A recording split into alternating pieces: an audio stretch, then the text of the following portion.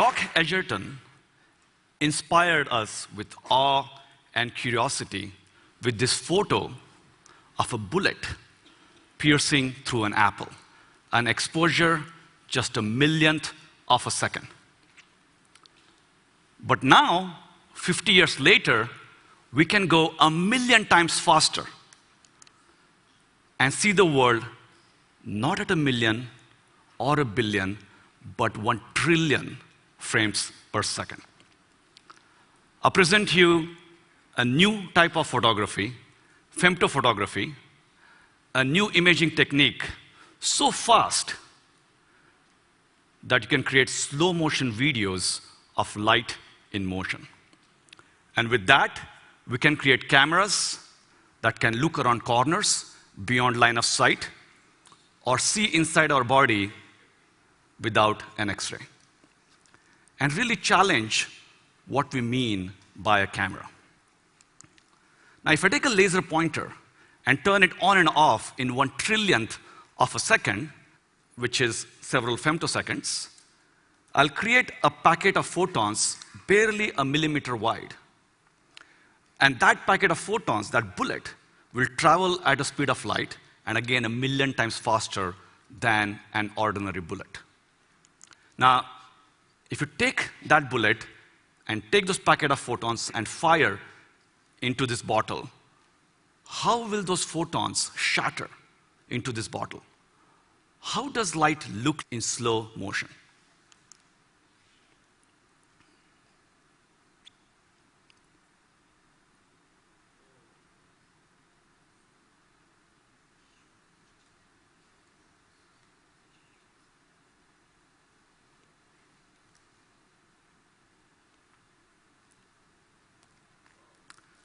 Now, the whole event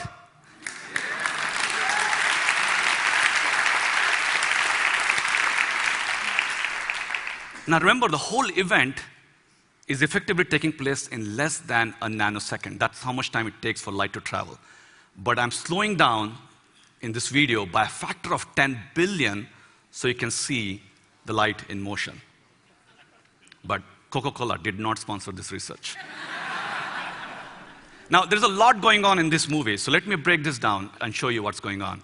So the pulse enters the bottle, our bullet, with a packet of photons. They start traveling through, and they start scattering inside. Some of the light leaks, goes on the table, and you start seeing these ripples of waves. Many of the photons eventually reach the cap, and then they explode in various directions. As you can see, there's a bubble of air, and it's bouncing around inside. Meanwhile, the ripples are traveling on the table. And because of the reflections at the top, you'll see at the back of the bottle, after several frames, the reflections are focused. Now, if you take an ordinary bullet and let it go the same distance and slow down the video, again by a factor of 10 billion, do you know how long you'll have to sit here to watch that movie? A day, a week, actually a whole year.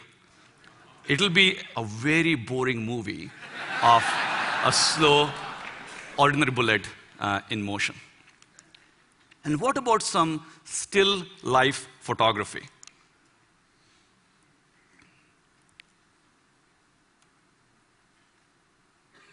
You can watch the ripples again washing over the table, the tomato, and the wall in the back. It's like throwing a stone in a pond of water. By the way, this is how nature paints a photo, one femto frame at a time. But of course, our eye sees an integral composite. But if you look at this tomato one more time, you will notice as the light washes over the tomato, it continues to glow. It doesn't become dark. Why is that? Because the tomato is actually ripe, and the light is bouncing around inside the tomato, and it comes out after several trillionths of a second. So in the future, when this femto camera is in your camera phone, you might be able to go to a supermarket and check if the fruit is ripe without actually touching it.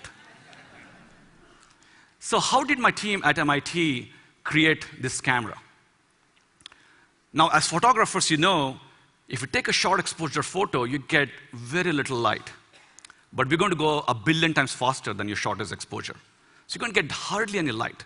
So what we do is we send that bullet, those packet of photons, millions of times, and record again and again with very clever synchronization. And from the gigabytes of data, we computationally weave together to create those femto videos I showed you. And we can take all that raw data and treat it in very interesting ways. So Superman can fly. Some other heroes can become invisible. But what about a new power for a future superhero? To see around corners. The idea is that we're going to shine some light on the door.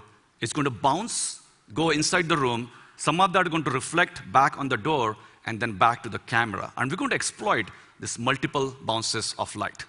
And it's not science fiction. We have actually built it. On the left, you see our femto camera. There's a mannequin hidden behind a wall, and we're going to bounce light off the door.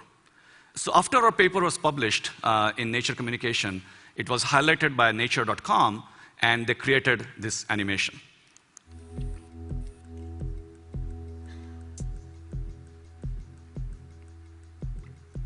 We're going to fire those bullets of light, and they're going to hit this wall. And because of the packet of the photons, they will scatter in all the directions, and some of them will reach our hidden mannequin, which in turn will again scatter that light. And again, in turn, the door will reflect some of that scattered light. And a tiny fraction of the photons will actually come back to the camera, but most interestingly, they will all arrive at a slightly different time slot.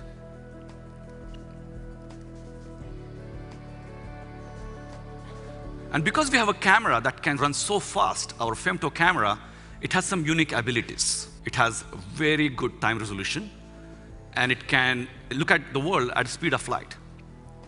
And this way we know the distances, of course, to the door, but also to the hidden objects, but we don't know which point corresponds to which distance.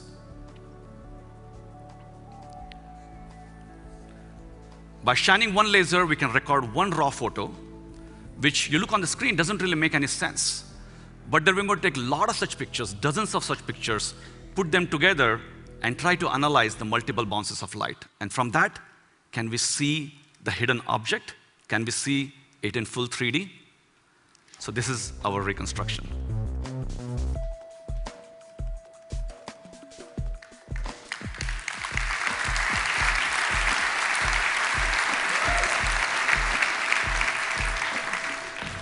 Now we have some ways to go before we take this outside the lab on the road, but in the future, we could create cars that avoid collision with what's around the bend. Or we can look for survivors in hazardous conditions by looking at light reflected through open windows. Or we can build endoscopes that can see deep inside the body around occluders, and also for cardioscopes. But of course, because of tissue and blood, this is quite challenging. So this is really a call for scientists to start thinking about femtophotography as really a new imaging modality to solve next generation of health imaging problems. Now, like Doc Edgerton, a scientist himself, science became art, an art of ultra-fast photography. And I realized that all the gigabytes of data that we're collecting every time is not just for scientific imaging, but we can also do a new form of computational photography with time-lapse and color coding.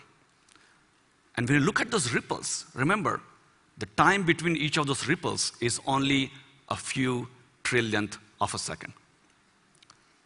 But there's also something funny going on here. When you look at the ripples under the cap, the ripples are moving away from us.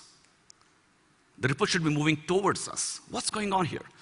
It turns out, because we're recording nearly at the speed of light, we have strange effects. And Einstein would have loved to see this picture.